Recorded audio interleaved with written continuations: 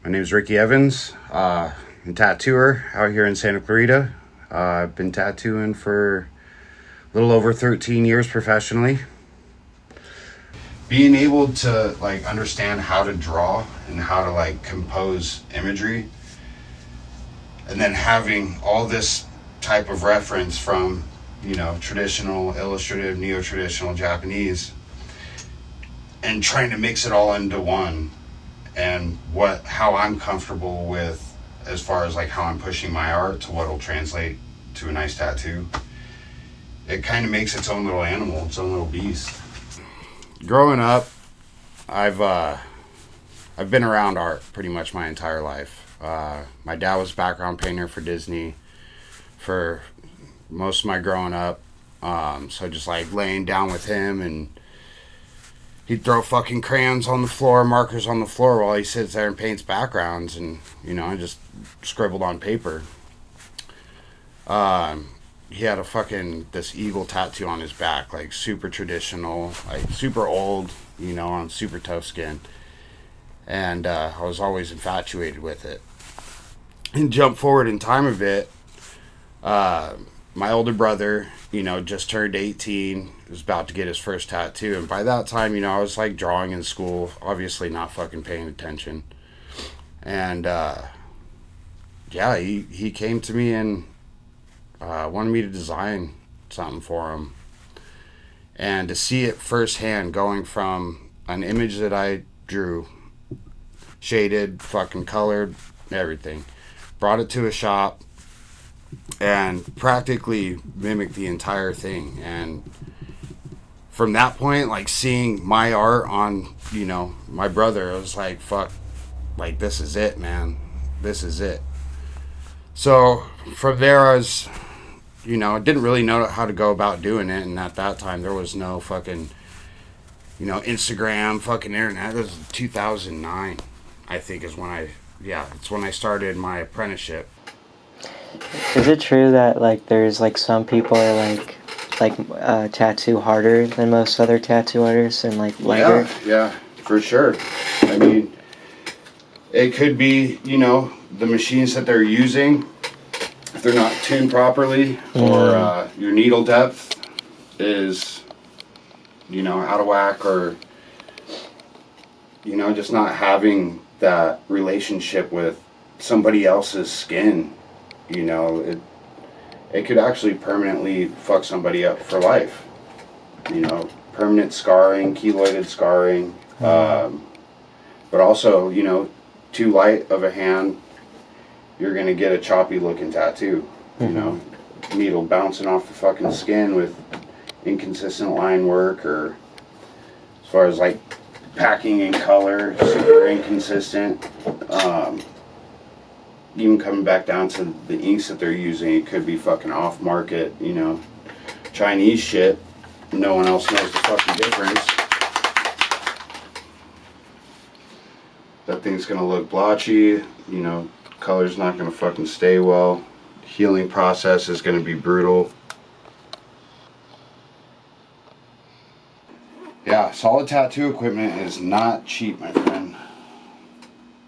Machines one of those pens cost me fucking $700, $600, $700. And they go up from there, man. I'd say probably a good third of my income goes straight back into tattooing, if not more. It's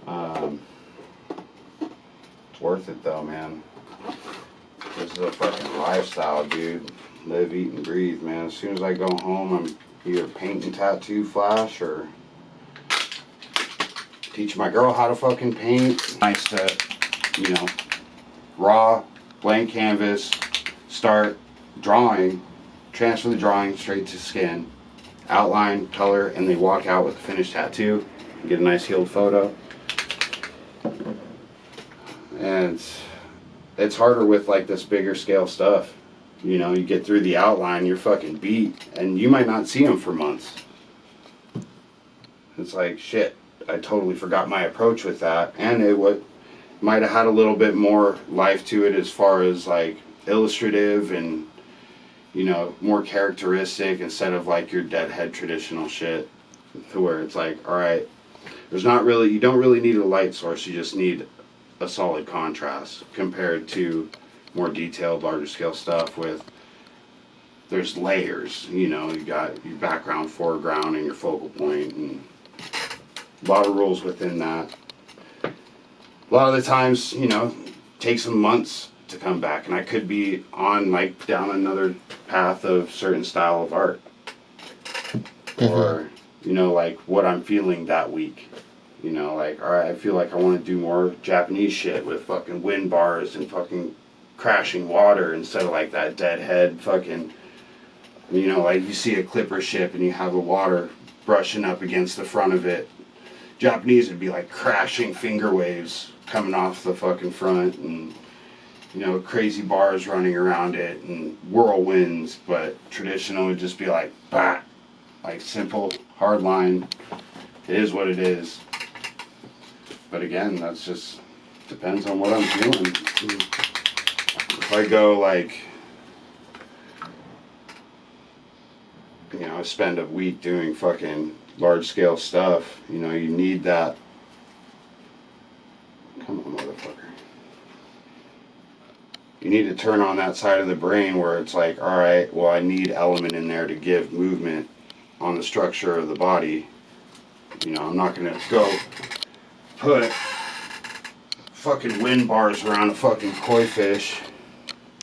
You know, so starting to mix with, like I was saying, like doing water bars like that compared to one week I could be doing all like palm-sized traditional shit. And it's just like knowing when to turn on and shut off certain parts of that design aspect.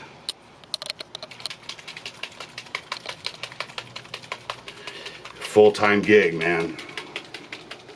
Again, traditional would just be like, all right, I'm using these fucking colors, and that green is going where it needs to, and that's fucking it.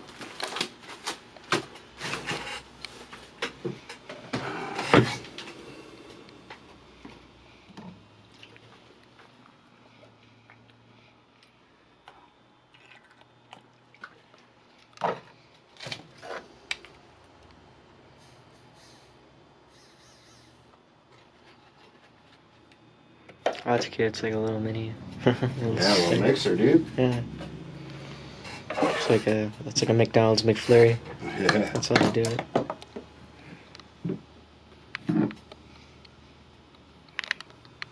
The people that are getting this tattooed on their body, that's their reaction to it, their fucking joy for it, their appreciation and fucking wanting to wear it for the rest of their lives. Like, that's why I bash my head into the fucking table.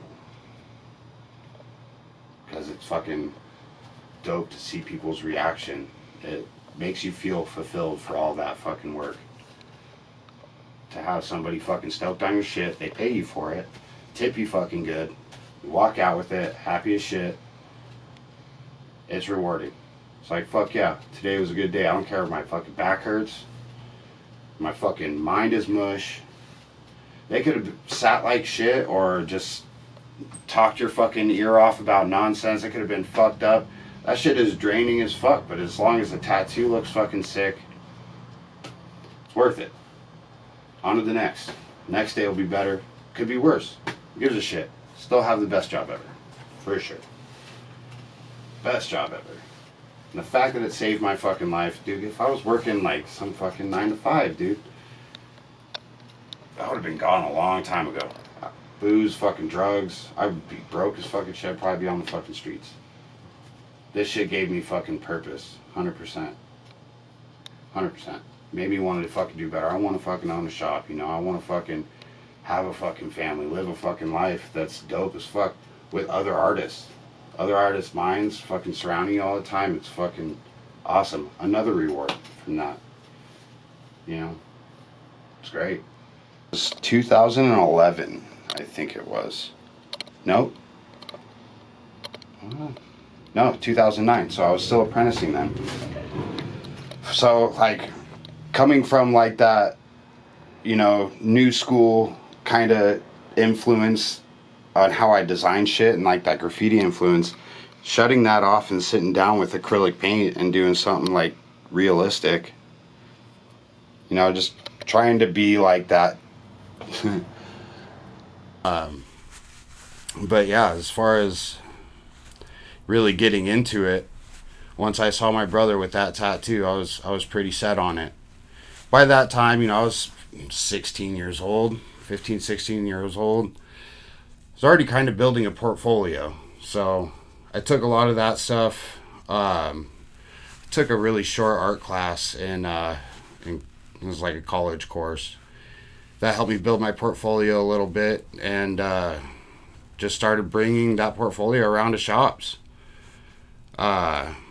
Traditional way to go about that apprenticeship is, you know, putting in the footwork, finding, you know, an artist that you respect, something along the lines of the style of art that you do. And yeah, just put my head to the grindstone, dude, and started talking with these people, nervous as shit, you know, like that back then tattooing was fucking scary. You know, walking into a fucking shop, you got these fucking tattooed, fucking burly ass motherfuckers. And some little high school kid, like I've gotten kicked out of shops before because it's like, dude, get out of here, you little shit. Like, you're fucking way too young for this. Like, you don't have the fucking balls for this shit. Nowadays, that's not the fucking case anymore, for sure. I've been going to Goodwill like once or twice a week. I find frames or clocks. You know, this is all laid out, obviously, like taken apart. Get measurements, make a painting, drop it in there, put it all fucking back together. So finding clocks and shit like that, super cheap. Repurposing it. I mean, same shit with like shit like this. Fucking found a Goodwill. It was thermometer, had humidity, shit like that. Just took that shit apart, sized it up. My lady painted this for me a while back. It's fucking rad. She's been painting with me, man. This is old stuff. I got projects in the works, man. This is, I think, my largest watercolor. Started that a while ago, and it's, I don't know, it's hard to get back into.